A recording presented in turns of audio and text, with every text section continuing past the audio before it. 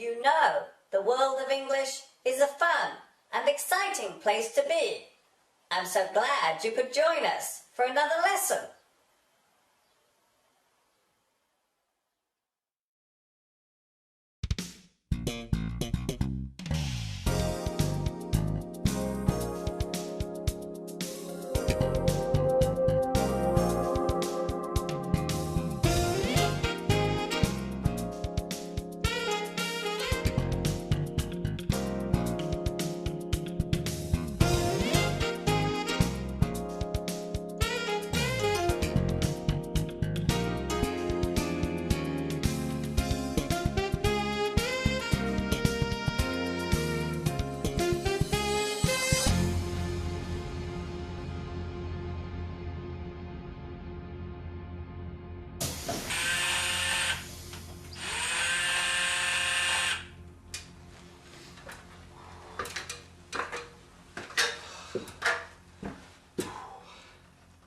Oh, hi everybody, this is Mr. Duncan in England.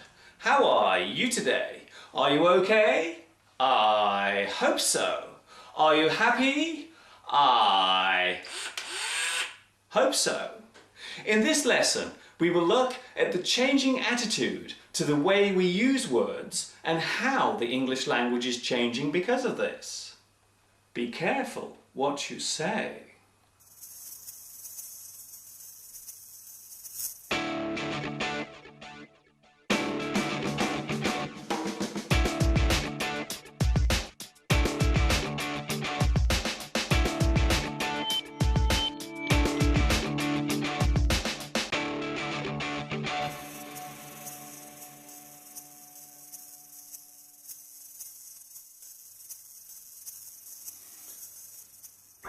They say that the English language is very colourful and can be used in many interesting ways to describe things around us. However, over the past few years we have started to change some of these words because we feel that perhaps they may be rude or could cause offence to certain people. We call this change political correctness. Wow! So many nuts. Would you like one? Not bad. To be politically correct means to consider the impact of certain words on those people to whom the words relate. These groups are often those who have a disability, job titles that refer to gender, religion, or somebody's sexuality or ethnic background. Let's take a look at a simple example of political correctness. Ladies and gentlemen, this is your captain speaking. We are currently cruising at an altitude of 35,000 feet. Should you require any refreshments during the flight, one of our beautiful air hostesses will give you all the assistance you require. We do hope you enjoy your flight. Thank you. The title air hostess was given to females who work on board aircraft, serving food and drinks and giving assistance to the passengers. The male title was air steward.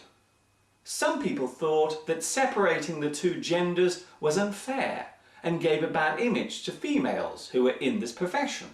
So instead, a new word was introduced that covered both sexes. So nowadays we say cabin crew. This alteration has caused other changes too. These days we do not use the title policeman and fireman. Instead we now say police officer and firefighter. We have also changed words that relate to a person's physical appearance. We no longer use the words fat or tubby to describe a person who weighs too much. These days we tend to use the words large or overweight. Here in the UK, we no longer use the word handicapped to describe a person who cannot walk or has to use a wheelchair. we now use the word disabled or physically challenged. However, in the USA, the word handicapped is still widely accepted. Here are some other examples. A person who is blind is now referred to as visually impaired. A person who is deaf is now hearing impaired. A person who cannot walk is now physically impaired.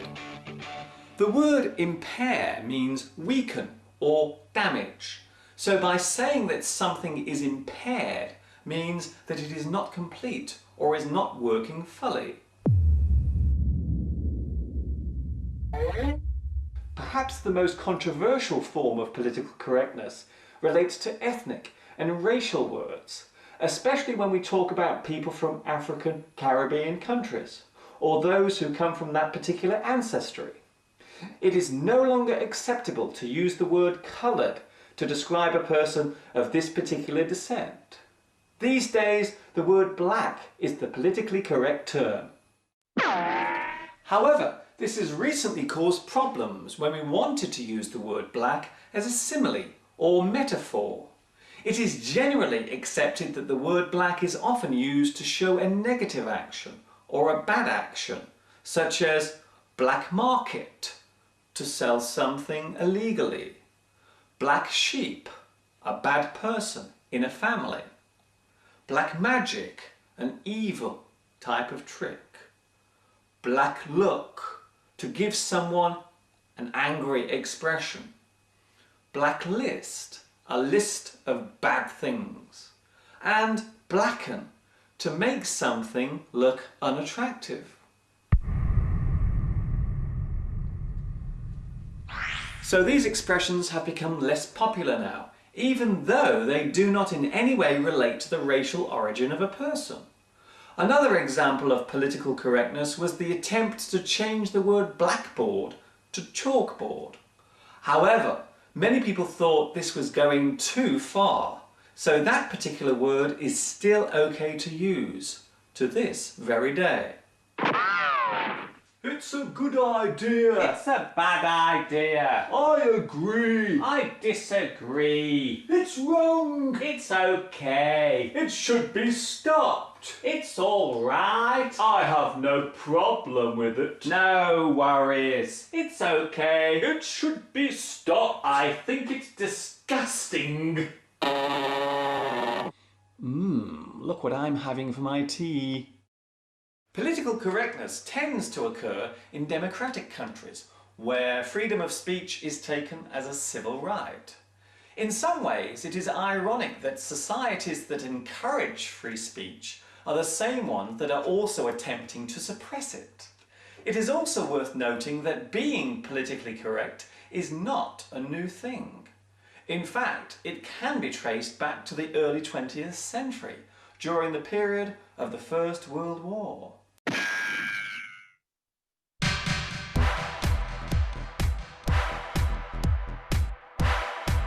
There seems to be a big divide about how far we should go with political correctness. Some people believe it is a good thing and should be encouraged, while others believe that our freedom to speak has been taken away. You may even hear someone use the sentence, "It's political correctness gone mad!"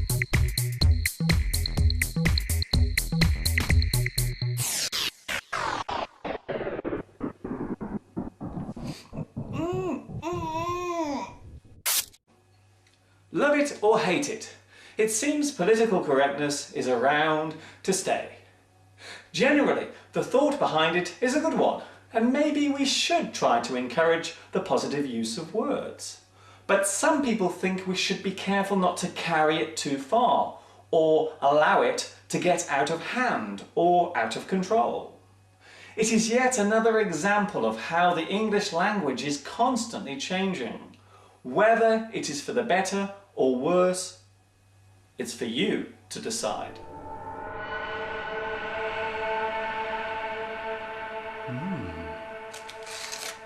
My favourite.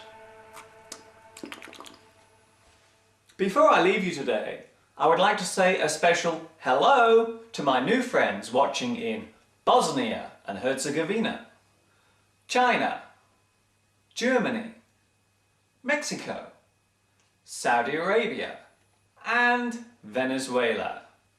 This is Mr. Duncan in England saying, watch your P's and Q's. In other words, be careful what you are saying and to whom you are saying it. Have fun until next time. Ta-ta for now.